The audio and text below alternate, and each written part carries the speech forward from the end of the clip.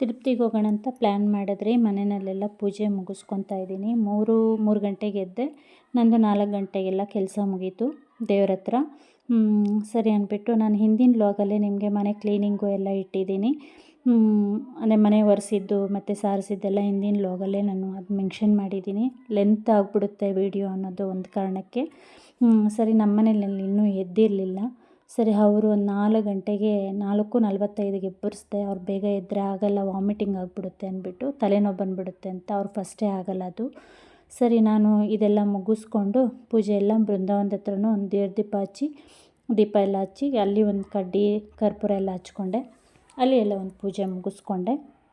ನಾವೆಲ್ಲೇ ಹೋಗಲಿ ಬೃಂದಾವನದ ಹತ್ರ ಒಂದು ದೀಪ ಹಚ್ಚಿ, ದೀಪಾರಾಧನೆ ಮನೆಯಲ್ಲಾಗಲಿ ಬೃಂದಾವನದ ಹತ್ರ ಆಗಲಿ ಮಾಡಿ ಮುಗಿಸ್ಕೊಂಡು ಹೋಗಬೇಕು ಅನ್ನೋದು ನನ್ನ ಮೈಂಡ್ ಸೆಟ್ ಆಗಿರೋದರಿಂದ ಸರಿ, ಇದೆಲ್ಲ ಮುಗಿಸ್ಕೊಂಡೆ. ಕ್ಷೇತ್ರಕ್ಕೆ ಬೇರೆ ಹೋಗ್ತಾ ಇರೋದರಿಂದ ಸರಿ, ನಾವು ಇಲ್ಲಿಂದ ಡೈರೆಕ್ಟಾಗಿ ಕಾಣಿಪಾಕಂಗೆ ಹೋಗೋಣ ಅಂತ ಮಾತಾಡ್ಕೊಂಡಿದ್ರಿ.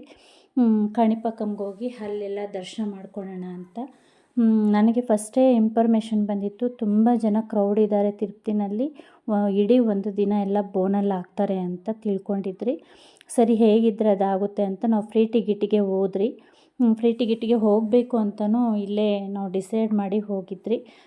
ಸರಿ, ನಾವು ಯಾರು ಬರಲಿ ಯಾರು ಬರ್ದಿರೋ ಹೋಗಲಿ, ನಾವು ಇಬ್ಬರೇ ಹೋಗೋಣ ಅಂತ ಮಾತಾಡ್ಕೊಂಡು ನಮ್ಮ ಹಿರಿ ಮಗನೂ ಕರೆದ್ರಿ. ಅವನೆಲ್ಲೋ ಇದಕ್ಕೆ ಮುಂಚೆನೇ ನಾನು ಪಿ ಜಿನಲ್ಲಿ ಬಿಟ್ಟಿದ್ದೀನಿ, ಕಂಪ್ನಿನಲ್ಲೇನೋ ಮಾಡಬೇಕು ಅಂತ ಹೇಳಿದ್ರಲ್ಲ, ಅದಕ್ಕೆ ಅವನ್ನ ಕರ್ಕೊಳ್ಲಿಲ್ಲ ನಾವು. ಸರಿ ಅಂದ್ಬಿಟ್ಟು ಅಷ್ಟೊತ್ತಿಗೆ ನಮ್ಮ ಯಜಮಾನ್ರವ್ರ ಫ್ರೆಂಡ್ ಅವ್ರ ಫ್ಯಾಮ್ಲಿನೂ ನಾವು ಬರ್ತೀರಿ ಅಂದ್ರಂತೆ. ಸರಿ ಅಂತ ನಾವು ಎಲ್ಲ ಹೊರಟ್ರಿ. ಅವರೊಂದು ಫ್ಯಾಮ್ಲಿ, ನಮ್ಮದೊಂದು ಫ್ಯಾಮ್ಲಿ. ಮಕ್ಕಳಿಲ್ಲ ಬಿಡಿ, ನಾನು ನಮ್ಮ ಯಜಮಾನ್ರಿಬ್ಬರೇ ಹೋಗಿದ್ದು. ಸರಿ, ನಾವಿಲ್ಲಿ ಬಿಡೋಷ್ಟರೊಳಗಡೆ ಎಷ್ಟಾಗಿತ್ತಂದರೆ ಮಿನಿಮಮ್ ಒಂದು 5:30 ಇಲ್ಲೇ ಆಗಿ ಹೋಯಿತು. ಸರಿ ಅಂತ ನಾವಿಲ್ಲೆಲ್ಲ ಮುಗಿಸ್ಕೊಂಡು 4:45ಗೆಲ್ಲ 5:30ಗೆಲ್ಲ ಬಿಟ್ರಿ. 5:30ಗೆ, ಯಾಕಂದರೆ ಅವರು ಎದ್ದಿರಲಿಲ್ಲ ಪಾಪ. ಅವರು ಕೆಲ್ಸಕ್ಕೆ ಹೋಗಿ ಬಂದು ಟಯರ್ಡ್ ಆಗಿಬಿಟ್ಟಿತ್ತು. ನಮ್ಮ ಮನೇಲಿ ಈ ಸೋಮವಾರದ ದಿನ ಬರೋದು ಎಷ್ಟೊತ್ತಾಗುತ್ತಂದರೆ 12 ಗಂಟೆ ಆಗಿಬಿಡುತ್ತೆ ಕೆಲಸದಿಂದ ಬರೋದಕ್ಕೆ. ಇವರಾಗಿರ್ಬೋದು, ನಮ್ಮ ಯಜಮಾನ್ರವ್ರ ಫ್ರೆಂಡ್ ಫ್ಯಾಮ್ಲಿ ಆಗಿರ್ಬೋದು, ಅವ್ರದ್ದು ಆ ಥರ ಕೆಲಸ ಪಾಪ, ಅವ್ರದ್ದೇನೂ ಮಾಡಲಿಕ್ಕಾಗಲ್ಲ. ಬಂದು ಒಂದು ತುತ್ತು ತಿಂದು ಒಂದು ನಮ್ಮಮ್ಮ ಅಂದರೆ ಒಂದು 2 ಅವರ್ ಮಲಗಿದ್ರೇನೋ ಅಷ್ಟೇ. ನಾನು ದೇವ್ರ ಹತ್ರ ಕೇಳ್ಕೊತಿದ್ದೆ, ರಾಯರ ಹತ್ರ ಆಗಲಿ ಕೃಷ್ಣನ ಹತ್ರ ಆಗಲಿ ವೆಂಕಟರಮಣ ಸ್ವಾಮಿ ಹತ್ರ ಕೇಳ್ಕೊತಿದ್ದೆ, ಅಪ್ಪ ತಂದೆ ಹೋಗ್ತಾ ಇದ್ದೀರಿ, ಕ್ಷೇಮವಾಗಿ ಹೋಗಿಲ್ಲ, ಅವಾಗ ಬರೋ ಥರ ಮಾಡಪ್ಪ ತಂದೆ ಅಂತ ಕೇಳ್ಕೊತಾ ಇದ್ರಿ. ಯಾವುದೇ ಅಡೆತಡೆಗಳಾಗಬಾರ್ದಲ್ವ ನಮಗೂ ಹೊರಗಡೆ ಹೋದಾಗ, ತುಂಬ ದೂರ ಪ್ರಯಾಣ ಮಾಡಿದಾಗೆಲ್ಲನೂ. ಅದಕ್ಕೆ ದೇವರ ಹತ್ರ ಒಂದು ಪ್ರಾರ್ಥನೆ ಮಾಡಿಕೊಂಡು ಸರಿ ಅಂಥೇಳಿ ಇದೆಲ್ಲ ನಂದು ಮುಗೀತು. ಅಲ್ಲಿಂದ ನಾವು ಪ್ಯಾಕ್ ಮಾಡೋದು ಬೇರೆ ಇತ್ತು. ನಂದು ಹಿಂದಿನ ದಿವಸನೇ ಪ್ಯಾಕ್ ಮಾಡಿದ್ದೆ ಬ್ಯಾಗೆಲ್ಲ. ಅದು ನಾವು ಯಾವುದೋ ಒಂದಾದರೂ ಮಿಸ್ ಮಾಡಿರ್ತೀರಲ್ವ ನಾವು, ಬ್ಯಾಗ್ ಏನು ಇಡಬೇಕು ಏನು ಇಡಬಾರ್ದು ಅಂತ. ಅದು ಇನ್ನೊಂದು ಸಲ ನಾವು ಚೆಕ್ ಮಾಡಿಕೊಂಡ್ರೆ ಅಲ್ಲೋಗಿ ನಾವು ತೊಂದರೆ ಬೀಳೋ ಅವಶ್ಯಕತೆ ಇರಲ್ಲ. ಮತ್ತು ನಾನು ಅದೂ ಸ್ವಲ್ಪ ಪ್ಯಾಕಿಂಗ್ ಎಲ್ಲ ಇತ್ತು, ಅದನ್ನು ನಾನು ನೋಡ್ಕೊಬೇಕಾಗಿತ್ತು. ನಾವು ಇಲ್ಲೇನು ಮಿಸ್ ಮಾಡಿರ್ತೀರೋ, ನಾವು ಹೊರಗಡೆ ಹೋಗಿ ತೊಗೊತೀರಿ ಅಂದರೆ ನಾವಿರೋ ಊರಿಗೂ ಬೇರೆ ಊರಿಗೂ ತುಂಬ ರೇಟು ಪ್ರೈಸಬಲ್ ಬೇರೆ ಇರುತ್ತೆ, ಹೆವಿ ರೇಟ್ ಇರುತ್ತೆ. ಅದರಿಂದ ಸರಿ ಅಂಥೇಳಿ ನೋಡೋಣ ಏನೇನಿದೆ ಏನೇನಿಲ್ಲ ಅಂತ. ಆದರೆ ಇಲ್ಲಿ ಅಡುಗೆ ಏನು ನಾನು ಮೆನ್ಷನ್ ಮಾಡ್ತಾಯಿಲ್ಲ, ಯಾಕಂದ್ರೆ ನಾವು ಬಿಡ್ತಾ ಇರೋದೇ ಇಲ್ಲಿ 5:30 ಆಗಿರೋದರಿಂದ ಅಷ್ಟೊತ್ತಿಗೆಲ್ಲ ನಾವು ತಿನ್ನಲಿಕ್ಕಾಗಲ್ವಲ್ಲ, ಟಿಫನ್ ಎಲ್ಲ ಅಂದರೆ ಆಗಲ್ಲ ಅಂದ್ಬಿಟ್ಟು ನಿದ್ದೆ ಬೇರೆ ಇರಲಿಲ್ಲ ಸದ್ಯಕ್ಕೆ.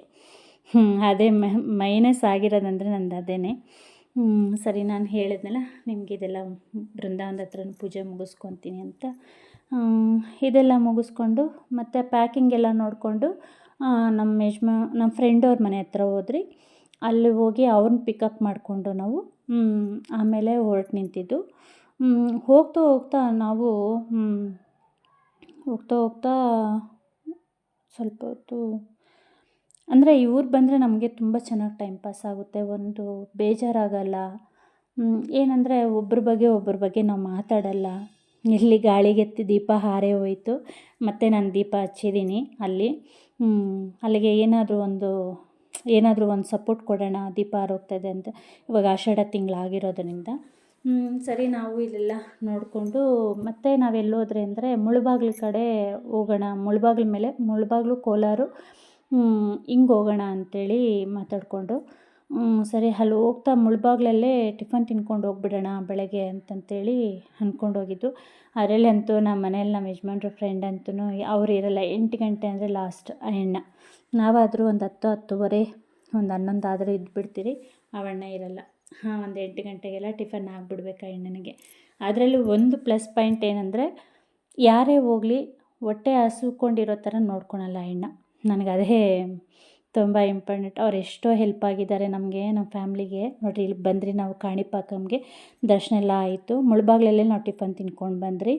ಚಿಕ್ಕದಾಗಿ ನಾನು ಒಂದೊಂದು ವೀಡಿಯೋ ಸೆಲ್ಫಿ ತೊಗೊಂಡೆ. ಅಲ್ಲಲ್ಲೇ ಗಾಂಧಿ ತಾತ ಬೇರೆ ಕೂತಿದ್ರು, ಚೆನ್ನಾಗಿತ್ತು ಅಂತ ವೀಡಿಯೋ ಮಾಡ್ಕೊಂಡು ಅಲ್ಲಿಂದ ತಿರುಪ್ತಿಗೆ ಬಂದ್ರಿ. ನೋಡಿ, ಗೋಪುರ ಕಾಣ್ತಾ ಇರಬೇಕು ನಿಮಗೆ. ಅಲ್ಲಿ ಮುಗಿಸ್ಕೊಂಡು ಡೈರೆಕ್ಟು ನಾವು ಕೆಳಗಿನ ತಿರುಪ್ತಿಯಿಂದ ಊಟಕ್ಕೆ ಮೇಲಿನ ತಿರುಪ್ತಿಗೆ ಕರ್ಕೊಂಡೋದ್ರು. ಕೆಳಗಡೆ ನಾವು ಒಂದು ವೆಹಿಕಲ್ ಮಾತಾಡಿದ್ರಿ. ಅವರು 1100 ರೂಪಾಯಿಗೆ ನಾನು ಫ್ರೀ ದರ್ಶನ ಮಾಡಿಸ್ತೀನಿ ಅಂತೇಳಿ ಕರ್ಕೊಂಡೋದ್ರು. ಅಲ್ಲಿ ನಾವು ನೋಡಿರಿ, ಇದು ಊಟದಲ್ಲಿ ಹತ್ರ ನಾನು ತೊಗೊಂಡಿರೋ ವಿಡಿಯೋ ಯಾವ ಥರ ಇದೆ ಅಂತ ನೀವು ಕಮೆಂಟಲ್ಲಿ ತಿಳಿಸಿ ನನಗೆ. ಇಲ್ಲಿ ಊಟ ಮಾಡಿಕೊಂಡು ನಾವು 1200 ರೂಪಾಯಿಗೆ ಫ್ರೀ ಟಿಕೆಟ್ಗೆ ಹೋಗಿ ಫ್ರೀ ಟಿಕೆಟು ನಾವು ತೊಗೊಂಬಂದು ಊಟ ಮುಗಿಸ್ಕೊಂಡಿರೋದು ಇದು.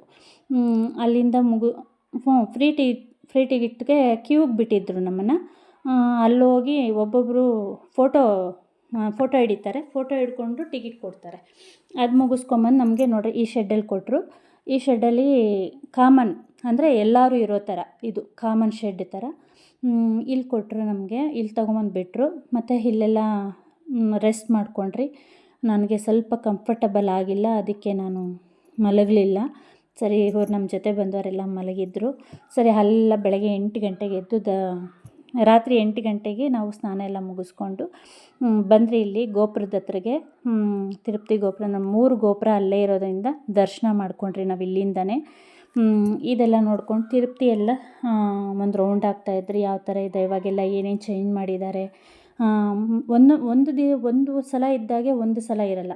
ನಾವು ಯಾಕಂದರೆ ತಿಂಗಳ ಹೋಗಲ್ವಲ್ಲ, ವರ್ಷಕ್ಕೊಂದು ಸಲ ಹೋಗೋದ್ರಲ್ಲಿ ತುಂಬ ಚೇಂಜಸ್ ಮಾಡಿರ್ತಾರೆ ತಿರುಪ್ತಿನಲ್ಲಿ ಮಾತ್ರ. ಅದು ನಮ್ಗೆ ಗೊತ್ತೇ ಆಗಲ್ಲ.